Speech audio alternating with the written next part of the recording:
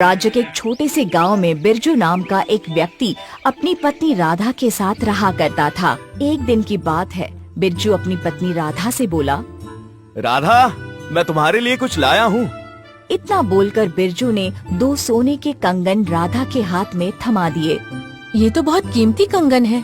तुम्हारे पास इतनी कीमती कंगन खरीदने के लिए धन कहाँ से आया? ये सुनकर बिरजू के चेहरे पर क्रोध झलकने लगा। राधा, मैंने तुमसे कितनी बार कहा है कि मुझसे सवाल मत किया करो। क्यों ना करूं?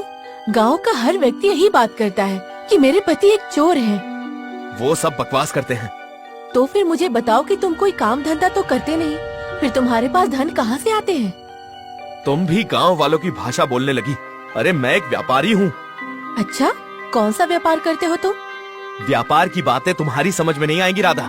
तुम सिर्फ घर की चूल्हा चौकी संभालो।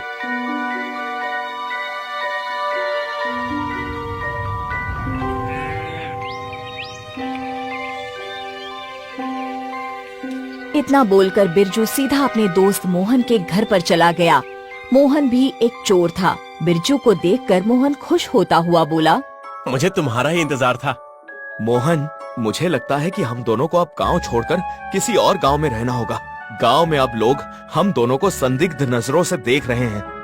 अरे छोड़ो इन गांव वालों को, इनके पास तो आरोप लगाने के अलावा और कोई काम ही नहीं है। अच्छा, मेरी बात ध्यान से सुनो। मैंने सुना है कि रतनगढ़ के राजा वीर सिंह के महल के बगीचे में एक सोने की मूर्ति रखी हुई है। मोहन की बात सुनकर बिरजू की आंखें चमकने लगी। क्या तुम सच कह रहे हो? हाँ बिरजू, क्यों ना हम उस सोने की मूर्ति को चुराकर दूसरे राज्य में बेच दें। उसके बाद हमें जीवन भर चोरी करने की आवश्यकता ही नहीं पड़ेगी। तुम बिल्कुल सही कह रहे हो मोहन। हम दोनों अपना सारा जीवन अमीरों की तरह व्यतीत करेंगे। तभी बिरजू कुछ सोचते हुए मोहन की ओर देखकर बोला, लेकिन मोहन, मूर्ति महाराज के महल के बगीचे में रखी हुई है, तो जाहिर सी बात है वहाँ पर पहरा भी कड़ा होगा।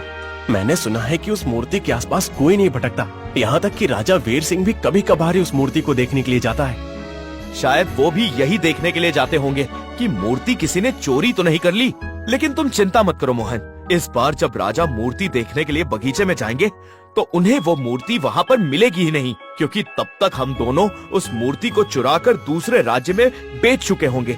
बिरजू और मोहन दोनों हंसने लगी।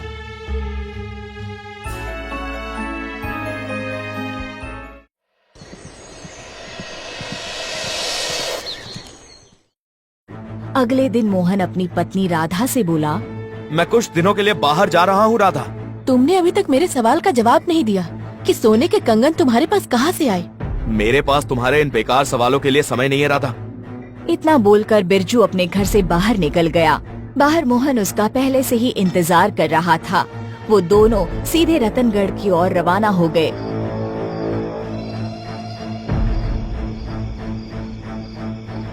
रात को वो दोनों रतनगढ़ के महल के बाहर खड़े हुए इधर उधर देख रहे थे।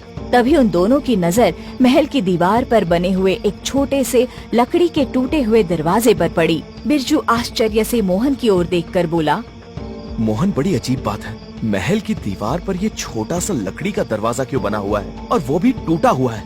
लगता है यहाँ का राजा वीर सिंह एक नंबर का मूर्ख है।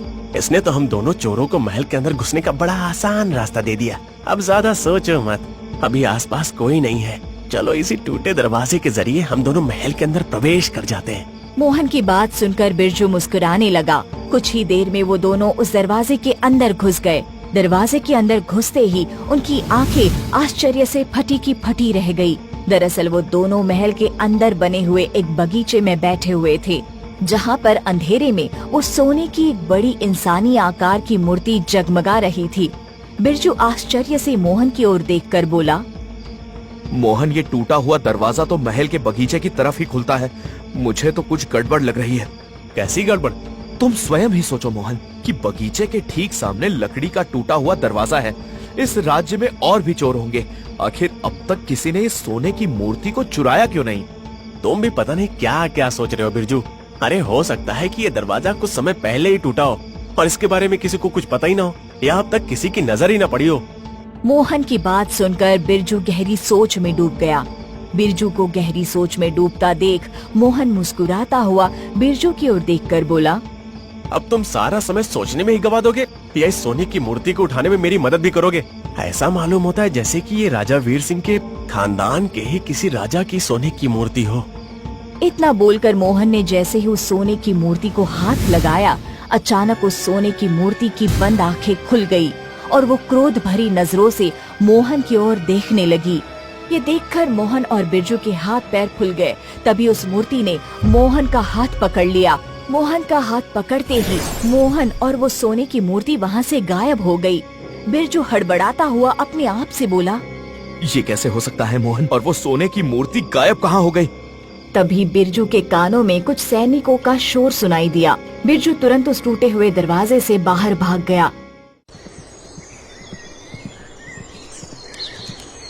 अगले दिन राजमहल में हाहाकार मच गया। राजा वीर सिंह चिंतित अवस्था में अपने सिंहासन पर बैठा हुआ मंत्री चरण सिंह से बोला, ये किसकी हरकत हो सकती है मंत्री चरण सिंह? वो सोने की मूर्ति महल के बगीचे से आखिर गई कहाँ? मेरी भी कुछ समझ में नहीं आ रहा महाराज। इतना तो मैं विश्वास के साथ कह सकता हूँ कि उस मूर्ति को हमारे राज्य का कोई चोर चुराने की हिम्मत नहीं कर सकता। राजा वीर सिंह चिंतित अवस्था में मंत्री चरण सिंह की ओर देखकर बोला, उस मूर्ति का अचानक से गायब हो जाना हमारे राज्य के लिए शुभ संकेत नहीं है मंत्री जी। मैं अपने बचपन से उस सोने की मूर्ति के बारे में कई कहानियां सुनता हुआ चला आ रहा हूँ। अगर वो कहानियां सच निकली तो उसका असर कुछ ही समय में राज्य में दिखाई देने लगेगा। राजा वीर सिंह ने सच कहा था। कुछ समय बाद रतनगढ़ राज्य में अकाल पड़ गया। वर्षा होना बंद हो गई। रतनगढ़ राज्य की सारी फसल सूख गई। बिरजू का गांव भी भूखमरी की चपेट में आ चुका था। बिरजू चिंतित अवस्था में अपनी पत्नी राधा से बोला, ये सब मेरी वजह से हो रहा है राधा। आप कहना क्या चाहते हैं? अकाल की चपेट में तो सारा रतनगढ़ राज्य है। बिरजू अपनी पत्नी को सारी घटना बताते हुए बोला, उस दिन के बाद से मोहन का कहीं पता नहीं चला। मैंने उसे ढूंढने का बहुत प्रयास किया राधा, और उस विचित्र घटना के बाद से ही रतनगढ़ राज्य में वर्षा होना बंद हो गई और सारी फसलें सूखने लगी। मुझे लगता है कि इन सब का उस सोने की मूर्ति से जरूर कोई ना कोई गहरा संबंध है। हे भगवान, आखिर तुमने ये क्या किया? मुझे तुम पर पहले से ही शक था कि तुम एक चोर हो। मुझे माफ कर दो राधा, मुझसे बहुत बड़ी भूल हो गई है। मेरी वजह से सारा राज्य भूख से तड़प रहा है। मुझसे माफी मांगने से क्या होगा? जो गलती की है उसे तुम्हें सुधारोगे और इस घर में तभी कदम रखना। निकल जाओ यहाँ से, मैं तुम्हारी शक्ल तक नहीं देखना चाहती। अपनी पत्नी की बात सुनकर बिरजू उदास होकर घर से बाहर निकल गया। सच तो ये था कि जब से रतनगढ़ राज्य भूखमरी की चपेट में आया था, तब से बिरजू का दिल बदल चुका था।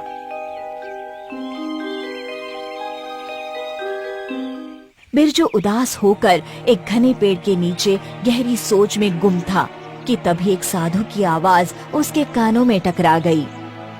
इस तरह सोचने से सब कुछ सही नहीं हो जाएगा मूर्ख चोर। तूने जो गलती की है उसे सिर्फ तू ही सुधार सकता है। ये बात सुनकर बिरजू बुरी तरह से चौंक पड़ा। उसने देखा कि उसके सामने एक साधु खड़ा हुआ उसे क्रोध भरी नजरों से देख रहा था।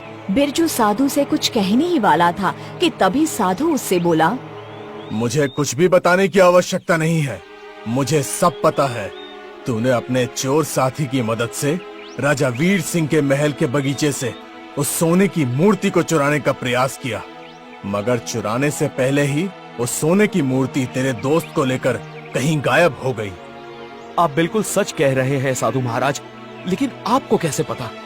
क्योंकि मैंने ही राजा चंदन को श्राप देकर सोने की मूर्ति में परिवर्तित किया था और तूने उसे जगा दिया है। वर्षों पहले रतनगढ़ राज्य में राजा चंदन नाम का एक क्रूर शासक था जो काले जादू का जानकार और शैतान का पुजारी था। उसे सोना एकत्रित करने का जुनून सवार था। उसके शासन में अगर किसी के पास थोड़ा सा भी सोना होता तो वो उससे उसका सोना छीनकर उसे यातनाएं देकर मार देता। उसकी इस क्रूरता को देखकर मुझे एक दिन गुस्सा आ गया और मैंने उसे श्राप देकर सोने की मूर्ति में परिवर्तित कर दिया। लेकिन साधु महाराज, वो मोहन के हाथ लगाने से जीवित कैसे हो गया? जब मैंने राजा चंदन को श्राप दिया था तो उसी समय रतनगढ़ के वासियों को इस बात से अवगत करा दिया था कि कोई भी राजा चंदन की मूर्ति को हाथ ना लगाए। और तुम्हारे दोस्त ने यही गलती की। तुम्हारे दोस्त ने जैसे ही उस मूर्ति को हाथ लगाया तो इंसानी स्पर्श पाकर वो खड़ा हो गया और अब उसकी आत्मा ने पूरे रतनगढ़ राज्य को भूख और अकाल की चपेट में ले लिया है। राजा चंदन की आत्मा अपना इंसानी शरीर पाने का हर संभव प्रयास करेगी और भूख से तड़पते हुए लोगों की जान उसे दिन ब दिन और ज्यादा शक्तिशाली बना रही है। ये सब मेरे ही कारण हुआ है साधु महाराज। ना मैं अपने दोस्त मोहन की बात मानता और ना ये सब कुछ होता। क्या चंदन दोबारा सोने की मूर्ति में परिवर्तित नहीं हो सकता? नहीं, राजा चंदन मर चुका है। बस अब उसकी आत्मा को ही नरक में भेजना बाकी है और उसकी आत्मा को नरक में तुम भेजोगे। लेकिन वो कैसे साधु महाराज? रतनगढ़ की दाईं तरफ का रास्ता घने जंगलों की ओर निकलता है। तुम अभी इसी समय उस रास्ते पर निकल जाओ। जब तुम घने जंगलों में पहुंच जाओगे तब तुम्हें एक बूढ़ी औरत दिखाई देगी और उस बूढ़ी औरत को देखकर तुम्हें उस पर तरस आएगा। लेकिन तुम्हें किसी भी कीमत पर उस बूढ़ी औरत पर तरस नहीं खाना है और ना ही उसकी बात माननी है और तुम्हें बस अपने आगे का रास्ता जारी रखना है। कुछ देर के बाद तुम्हें एक पीली रोशनी से जगमगाता हुआ एक सोने का तालाब नजर आएगा जिसका पानी भी सोने का होगा। तुम्हें चंदन वहीं पर मिलेगा। लेकिन मैं उसका अंत कैसे करूंगा? साधु ने एक लकड़ी की कील बिरजू को पकड़ाते हुए बोला, इस लकड़ी की कील को बहुत संभाल कर रखना है और हाँ, तुम्हें उसका अंत कैसे करना है ये तुम्हें वहीं पहुंचकर पता लग जाएगा।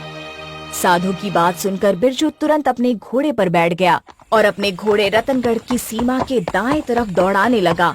आधा दिन का सफर करने के बाद घने जंगल में प्रवेश करते ही अचानक बिरजू के कानों में एक बूढ़ी औरत की आवाज टकराई। मैं कई महीनों से प्यासी हूँ। प्यास से मेरा बुरा हाल हुआ जा रहा है। घोड़े पर सवार यात्री, क्या तू मुझे पानी पिला सकता है? बिरजू ने देखा कि एक बूढ़ी औरत एक पेड़ के नीचे लेटी हुई कराह रही थी। उसके होंठ प्यास की वजह से सूखे हुए थे। बिरजू उसकी बात का जवाब देने ही वाला था कि तभी उसके कानों में साधु की आवाज गूंज गई। बिरजू ना चाहते हुए भी अपना घोड़ा आगे की ओर दौड़ाने लगा। उसके कानों में लगातार उस बूढ़ी औरत की दर्द भरी आवाज टकरा रही थी।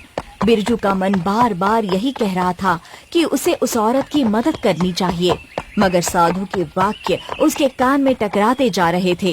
कुछ दूर चलने के बाद अचानक बिरजू को पीली रोशनी से जगमगाता हुआ एक तालाब नजर आया। बिरजू तुरंत घोड़े से उतरकर इधर उधर देखने लगा। तभी उसकी नजरें अपने झाड़ियों में पड़े हुए अपने बेहोश दोस्त मोहन पर पड़ी। बिरजू अपने दोस्त मोहन के पास जाने ही वाला था कि तभी तालाब में उथल पुथल होने लगी। अचानक तालाब के अंदर से वही सोने की मूर्ति बाहर निकल कर आ गई, जिसका आधा धड़ इंसानों जैसा था और आधा धड़ सोने का था। वो कोई और नहीं बल्कि श्रापित राजा चंदन था, जो बिरजू की ओर देखकर क्रोधित अवस्था में बोला, तूने यहाँ आकर बहुत बड़ी गलती की है मूर्ख चोर। तुझे क्या लगता है कि उस साधु की मदद से तू मेरी आत्मा को नरक में भेजने में कामयाब हो जाएगा? बिरजू आश्चर्य से चंदन की ओर देखकर बोला, तुम्हें इस बारे में कैसे पता? क्या तुझे उस साधु ने नहीं बताया कि मैं काली शक्तियों के मालिक शैतान का पुजारी था? इतना बोलकर श्रापित चंदन तालाब से बाहर निकल कर आ गया। तभी उस बूढ़ी औरत की आवाज पीछे से बिरजू के कानों में टकराई। मुझे थोड़ा सा पानी पिला दो बेटा। बिरजू ने जैसे ही पलट कर देखा तो वो बूढ़ी औरत जमीन पर घिसट घिसट कर चल रही थी। अचानक वो बूढ़ी औरत बड़ी फुर्ती से उठकर खड़ी हो गई और उसकी आंखें रक्त जैसी लाल हो गई और उसके दांत अजीब से बड़े और पैने हो गए। तभी चंदन के कानों में इस साधु की आवाज टकराई, तुम्हें मैंने जो लकड़ी की कील दी है, उस कील को तुरंत इस बूढ़ी औरत के सीने में गाड़ दो, नहीं तो तुम्हारा अंत निश्चित है। बिरजू ने बगैर देरी किए लकड़ी की कील निकालकर उस बूढ़ी औरत के सीने में गाड़ दी। उस बूढ़ी औरत की चीख की आवाज जंगल में गूंज गई। अगले ही पल वो बूढ़ी औरत और श्रापित चंदन गायब हो गया और सोने का तालाब पानी के तालाब में परिवर्तित हो गया। बिरजू इस विचित्र दृश्य को देख ही रहा था कि तभी उसके कंधे पर पीछे से किसी ने हाथ रखा। बिरजू ने जैसे ही पलटकर देखा तो पीछे साधु खड़े हुए मुस्कुरा रहे थे। तुम वाकई बहुत ही बहादुर हो बिरजू, तुम्हारे दिल में वाकई इंसानियत जाग उठी है। आपने मुझे इस रहस्य के बारे में पहले क्यों नहीं बताया? और इस बूढ़ी औरत का राजा चंदन से क्या रिश्ता था? ये बूढ़ी औरत राजा चंदन की माँ थी, जो वर्षों पहले अपनी आत्मा शैतान को बेच चुकी थी। इसी वजह से वो आज तक जिंदा थी। उसका अंत इसी अभिमंत्रित कील के द्वारा किया जा सकता था। अगर मैं तुम्हें पहले बता देता तो वो बूढ़ी औरत तुम्हारे चेहरे पर पढ़ लेती कि तुम्हारे पास उसके अंत का सामान है। जब तुम्हारे दोस्त ने राजा चंदन के सोने की मूर्ति को हाथ लगाया तो वो सोने की मूर्ति जीवित हो गई।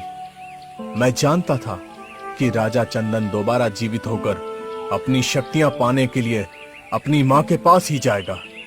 अगर ऐसी बात है तो जब आपने राजा चंदन को श्राप दिया था तो राजा चंदन की माँ ने बदला लेने की क्यों नहीं सोची?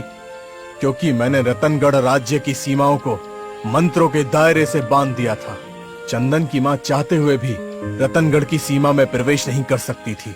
मगर अब सब कुछ सही हो चुका है। अब मेरे जाने का समय आ चुका है। मैं कुछ समझा नहीं। साधु रहस्यमयी अंदाज में बिरजू की ओर देखकर बोले, कुछ बातें साधारण मानव से परे होती हैं। इतना बोलकर साधु वहाँ से गायब हो गए।